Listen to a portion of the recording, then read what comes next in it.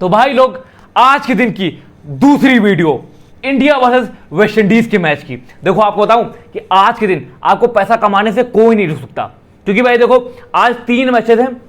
South Africa versus England, उसकी मैंने video डाल दी है। अभी तक अगर वीडियो नहीं देखी है, जाओ यूट्यूब चैनल पे वीडियो देख लो आके मेरी, मैंने डाल दी, ठीक है। दूसरा इंडिया वर्सेस वेस्ट इंडीज, ये मैं कवर कर रहा हूं इसी में। और तीसरा न्यूजीलैंड वर्सेस आयरलैंड। अब कुछ लोग सोचेंगे कि ये तो छोटा मैच है, इसमें क्या पैसा कमा लोगे। भाई पैसा कमाओगे, मैंने पैसा 2 मैच जो T20 मैचेस हुए, इन दोनों मैच में 1 साइडेड पैसा कमाया है, ठीक है। मार्केट कम रहती, पैसा कमाओगे। ये तीनों के तीनों मैचेस हम लोग कवर करने वाले हैं और एक तरफा प्रॉफिट कमाने वाले हैं, मैं आपको क्लियर बता दूं। और अभी से मैं बता दे रहा हूं कि अपने ही चैनल से कुछ ऐसे लड़के होंगे इन तीनों मैच में जो अंडर 100 की रैंक में आएंगे जीएल में, और जीएल भी क्रैक कर सकते हैं। देखो मैं जो स्टैट बताऊंगा वो तो आप लोग के लिए बहुत इंपॉर्टेंट है, पर देखो जीएल विन करने के लिए स्टैट्स के साथ थोड़ी लक की भी जरूरत होती है, ठीक है। अगर आप लोग को 1 करोड़ रुपए कमाना है तो भाई मैं आपको एक तरीके से एक रास्ता दिखा सकता हूं, चलना आप ही को उसमें है, ठीक है। तो अगर मैं बोल दूं कि 100% आपको जीएल विन करा दूंगा ये, तो भाई ये चूतिया पा, क्योंकि अगर मैं आपको विन ही करा दूं तो मैं खुद ना विन कर लूं, ठीक है। ये है कि 80% मेरा काम हो जाएगा, 20% आपकी लक, आपकी थोड़ी दिमाग, ठीक है। तो जो चीजें मैं बताऊं वो चीजें बिल्कुल भी मिस मत करना, क्योंकि भाई देखो इस वीडियो बनाने में मुझे लगभग 4 से 5 घंटे लग गए सिर्फ रिसर्च करने में कि क्या इंसान गलती करता है, क्या इंसान गलती नहीं करता। मैं अपना 100% दे रहा हूं भाई, ठीक है। बाकी यार आपके ऊपर है कि आप कितना मुझे फॉलो करते हो और किस तरीके से आप मेरी बातें समझते हो, ये बात याद रखना, ठीक है। तो उससे पहले बता दूं कि जिन लोगों ने फर्स्ट लाइक किया है, फर्स्ट कमेंट किया है, वो लोग 1000 रुपए कमा चुके हो, और जो थोड़ा लेट में आए हो टेंशन बिल्कुल भी मत लो। आप लोग के लिए इस वीडियो में भाई 50,000 रुपए का गिव अवे है। देखो गिव अवे मैं बढ़ाता रहता हूं, तो आप लोग बस पार्टिसिपेट किया करो, क्योंकि भाई देखो पैसा वैसा कुछ है नहीं, सिर्फ पार्टिसिपेट करो, तुक्काबाजी करो। बाई चांस अगर जीत गए तो 50,000 रुपए कोई छोटी रकम नहीं, और ये 50,000 रुपए 5 लोग में डिवाइडेड होंगे, 10-10 हजार करके 5 लोग को मिलेंगे। करना क्या होगा कि मैं 3 क्वेश्चन पूछूंगा, कभी भी स्क्रीन पे कभी भी वो 3 क्वेश्चन आ जाएंगे, और तीनों क्वेश्चन मैथ से रिलेटेड होंगे, ठीक है।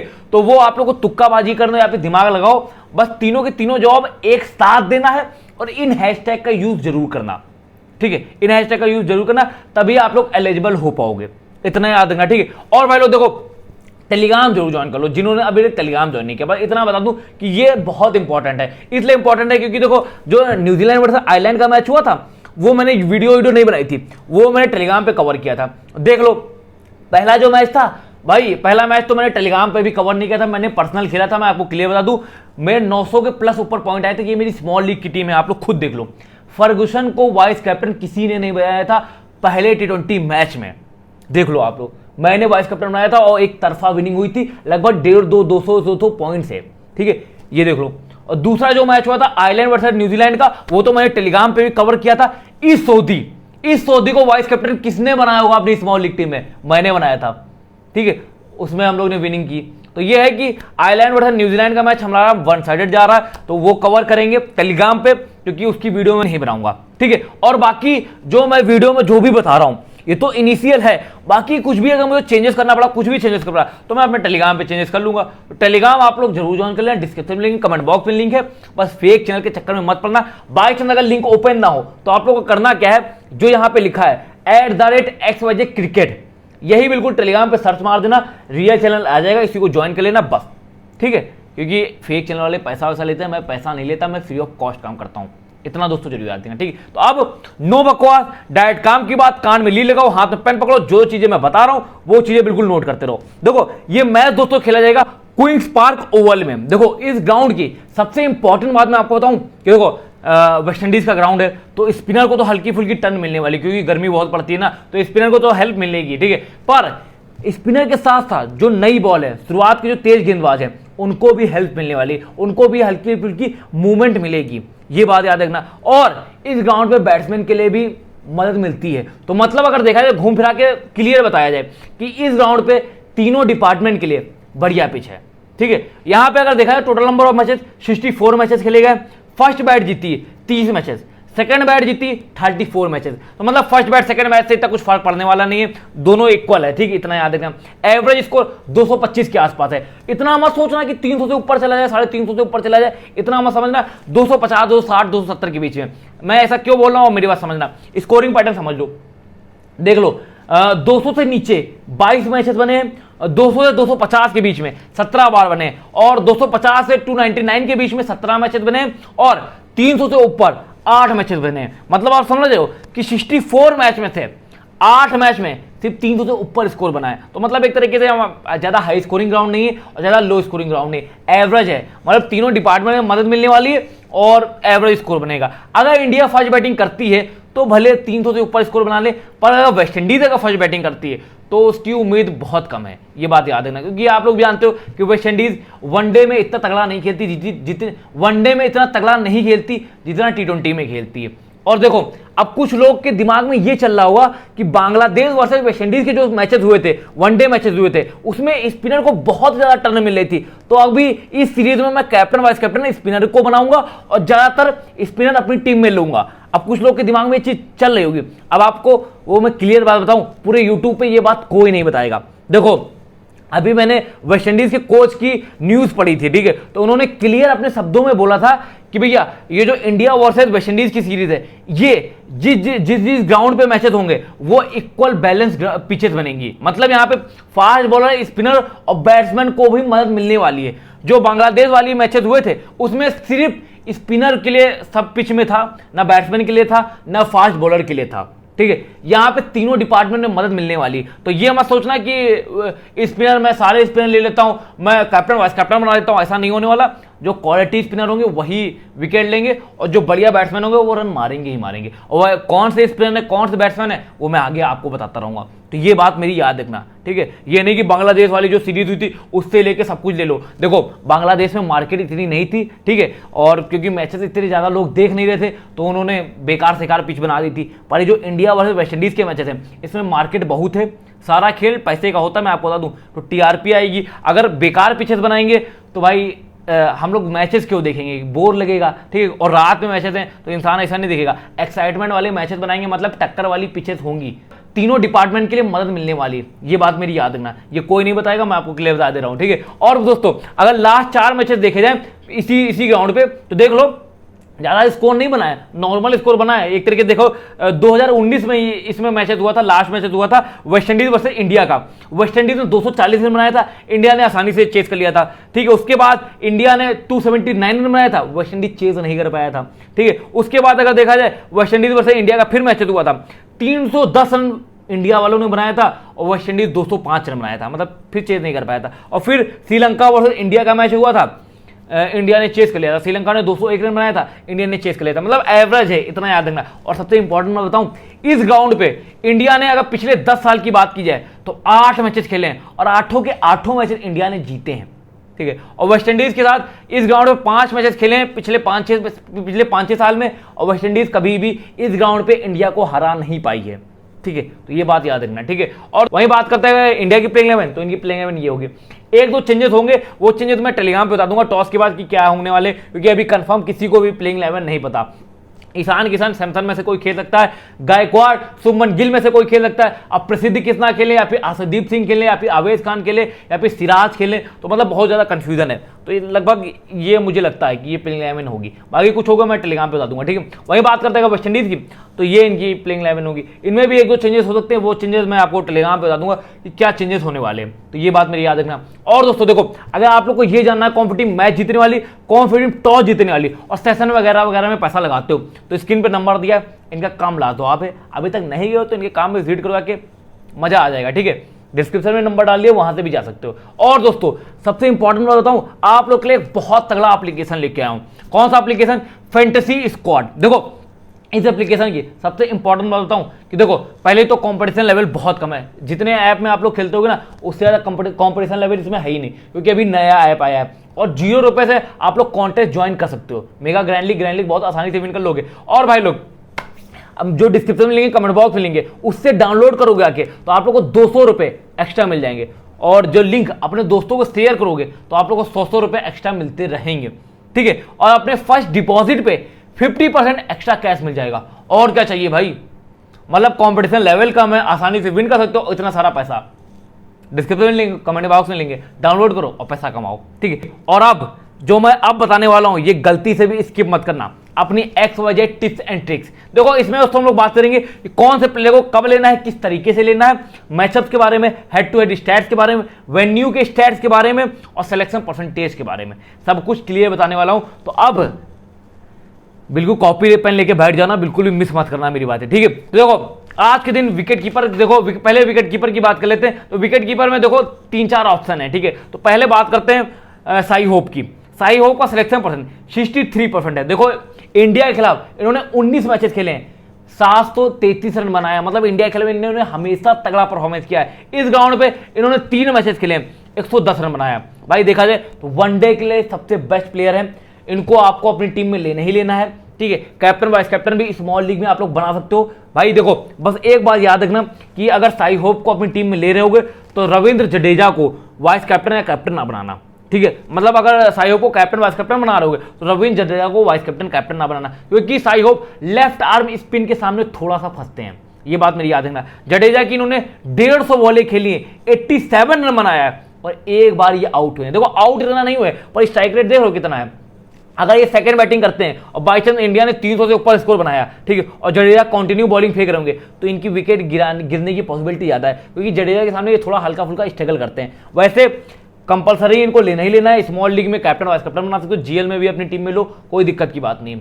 प्लेयर स्ट्रॉन्ग प्लेयर है, ये बात याद रखना, ठीक है। और मोहम्मद सिराज के सामने भी इनका थोड़ा स्ट्रगल है, 2 बार मोहम्मद सिराज भी इनको आउट कर चुके हैं, ये बात मेरी याद रखना, ठीक है। उसके बाद ईशान किशन सिलेक्शन परसेंट 67% है। अगर ये आज के मैच खेलेंगे तो आज के मैच में ये स्कोर करने वाले हैं। देखो जो इंग्लैंड की सीरीज हुई थी मैंने क्लियर बोला था कि ये स्कोर नहीं करने वाले, जो आयरलैंड की सीरीज हुई थी मैंने क्लियर बोला था कि ये स्कोर नहीं करने वाले।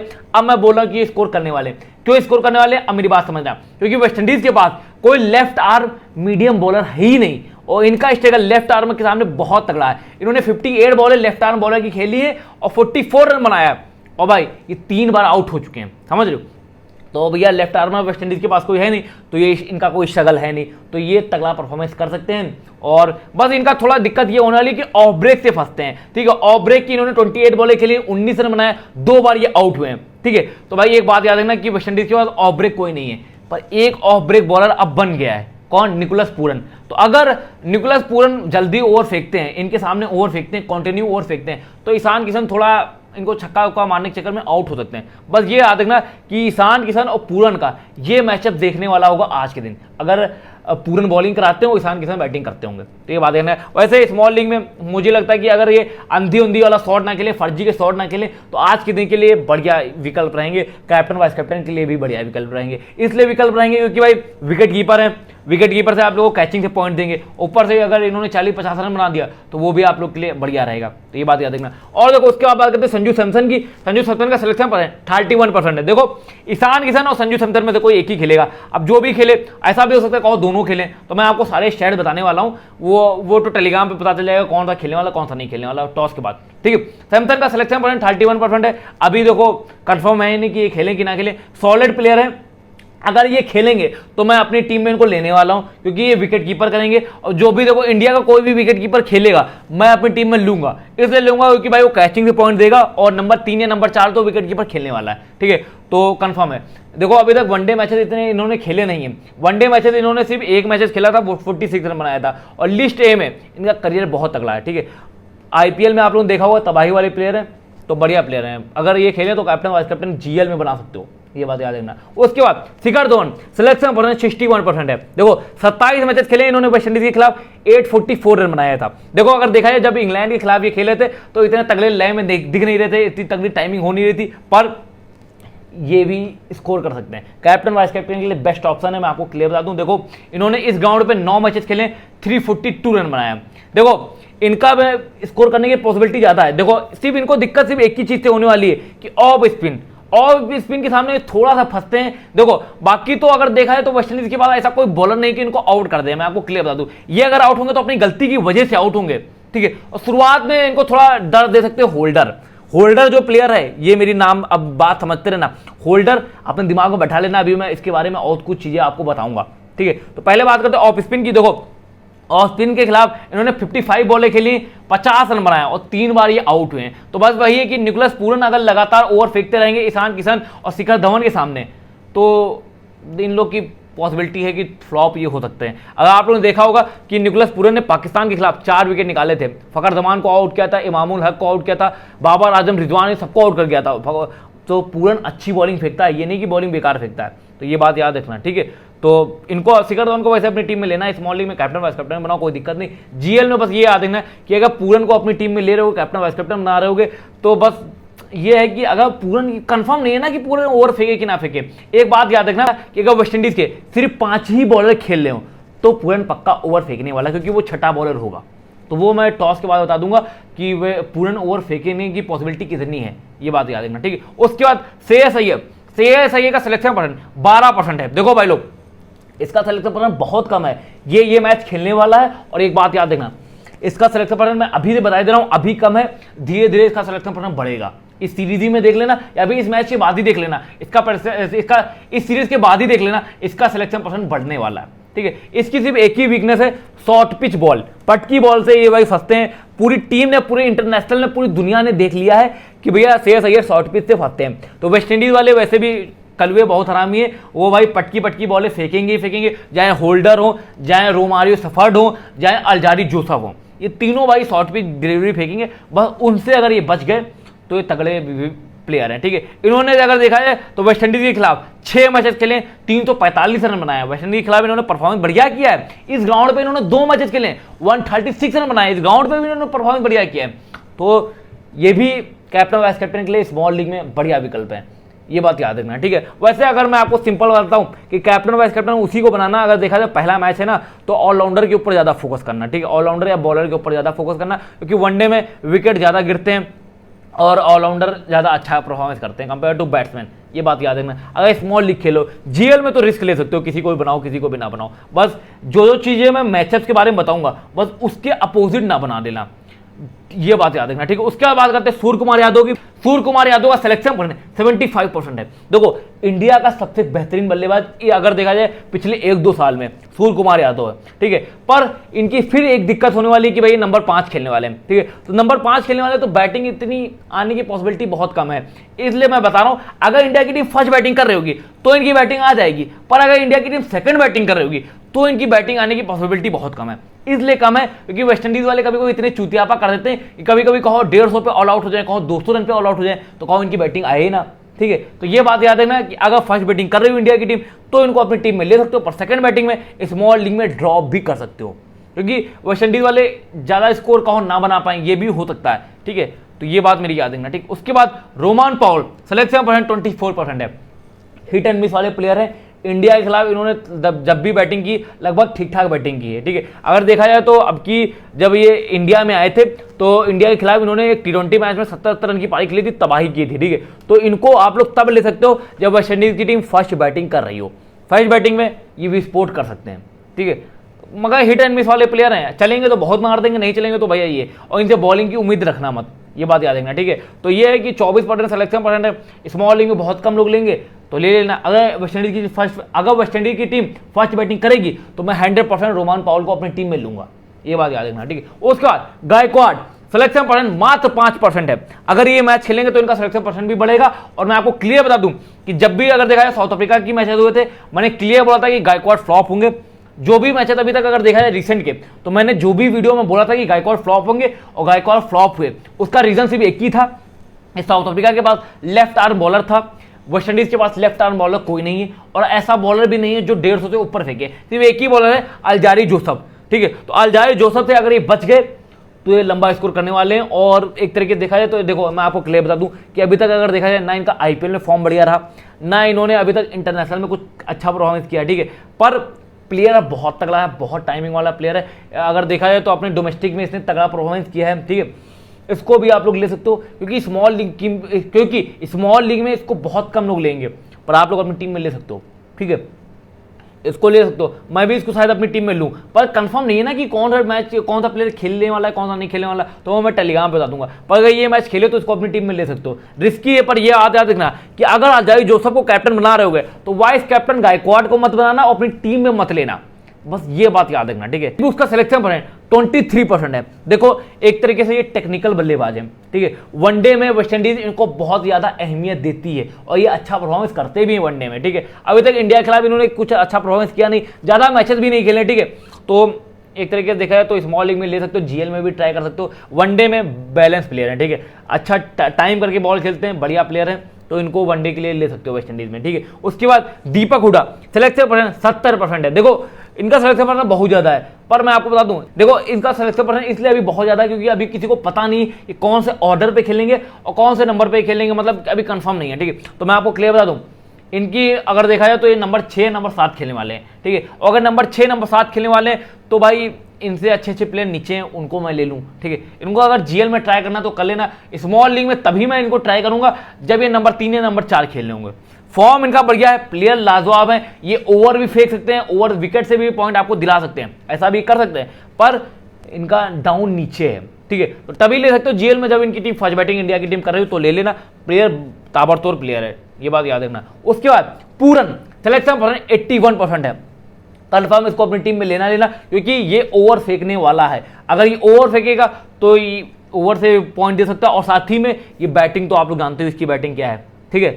तो कैप्टन वाइस कैप्टन के लिए भी ये भी तगड़े विकल्प हैं, इनको भी बना सकते हो, ठीक है। उसके बाद अगर बात करते हैं जडेजा की, जडेजा का सिलेक्शन परसेंट 70% है। देखो ये ओवर फेंकने वाले हैं, अगर इंग्लैंड के जो पिचेस में देखा जाए तो वहां पे स्पिनर को इतनी हेल्प नहीं मिल पा रही थी, पर ये ओवर फेंकेंगे, पूरे लगभग 10 या 8 ओवर तो फेंकने वाले हैं और बैटिंग से भी पॉइंट दे सकते हैं, तो ऑलराउंडर सेक्शन में कंपलसरी इनको लेना ही लेना है, ठीक है। उसके बाद होल्डर का सिलेक्शन परसेंट 81% है। देखो भाई इन्होंने इंडिया के खिलाफ 21 मैचेस खेले, 450 रन बनाया है, 23 विकेट लिए, इस ग्राउंड पे इन्होंने 4 मैचेस खेले, 5 विकेट लिए, बैटिंग से कुछ खास किया नहीं, पर बेस्ट ऑलराउंडर है वेस्ट इंडीज की। अगर देखा जाए वनडे में सबसे बेस्ट ऑलराउंडर जेसन होल्डर है, ठीक है। आपको मैं बता दूं, अगर आप लोगों ने देखा होगा जितने भी बैट्समैन के बारे में मैंने बताया था, थोड़ा बहुत मैचअप होल्डर हमेशा कुछ ना कुछ 1-2 बार विकेट लिए जरूर है, ठीक है। तो होल्डर को अपनी टीम में जरूर लेना, कैप्टन वाइस कैप्टन भी होल्डर को बना सकते हो। देखो अगर देखते हैं तो स्मॉल लीग में कैप्टन होल्डर को बना लो, वाइस कैप्टन होप को बना सकते हो, शिखर धवन को बना सकते हो। ये 3 चीजें जो हैं ये बढ़िया कंटेंडर है, मतलब एक तरीके से सेफ विकल्प है, इतना याद रखना, ठीक है। उसके बाद रोमारियो शेफर्ड सिलेक्शन परसेंट 13% है, ठीक है। एक तरीके से देखा जाए तो ये भी भाई ऑलराउंडर बढ़िया है, ठीक है। बस दिक्कत इनकी यही है कि वेस्टइंडीज वाले वनडे में इनसे ज्यादा ओवर नहीं फिकवाते, और जब ज्यादा ओवर नहीं फिकवाते तो भाई विकेट कहां ले पाएंगे। पर मैं आपको बता दूं कि डेथ में फेंकते हैं, इनकी कटर बहुत बढ़िया है, ठीक है। अगर देखा जाए तो सीपीएल जो वेस्टइंडीज के ग्राउंड होते हैं इनमें कटर बॉलर को हेल्प मिलती है, ठीक है। तो एक तरीके से जीएल में इनको ले सकते हो, और मैं इनको अपनी टीम में तब लूंगा जब वेस्टइंडीज की मैं पूरी टीम देखूंगा, ठीक है। प्लेइंग 11 देखूंगा टॉस के बाद, उसमें अगर मैं देखूंगा कि वेस्टइंडीज 4 बॉलर के साथ सिर्फ खेल रही है, 5वां बॉलर रोमारियो शेफर्ड और 6ठा बॉलर पूरन खेल रहे होंगे, तब मैं रोमारियो शेफर्ड को कंफर्म लेने वाला हूं, क्योंकि अगर ये 6-7 ओवर फेंकेंगे तो ये विकेट भी लेंगे, और बैटिंग अगर इनकी आई तो ये 20-30 रन बना सकते, पावर हिटर बहुत तगड़े हैं, ठीक है। तो रोमारियो शेफर्ड को तब मैं जरूर लूंगा, और जीएल में इनको जरूर लो, ये बात याद रखना। उसके बाद मायर्स का सिलेक्शन में 28% है, जीएल में ट्राई करना, स्मॉल लीग में इनसे अच्छे प्लेयर हैं, ये बात याद रखना, ठीक है। उसके बाद चहल सिलेक्शन पर 84% है, कंपलसरी इनको लेना ही लेना है, चाहे जीएल हो जाए स्मॉल लीग कंफर्म में लेना। एक बात याद रखना कि अगर इंडिया की टीम सेकंड बॉलिंग करा रही होगी तो चहल को स्मॉल लीग में कैप्टन वाइस कैप्टन भी बना सकते हो, ठीक है, क्योंकि स्पिनर को टर्न मिलती है और वेस्टइंडीज के बैट्समैन इतनी स्पिन अच्छी नहीं खेल पाते हैं, तो लटका सकते हैं चहल, 3-4 विकेट गुच्छे में ले सकते हैं, ये बात याद रखना।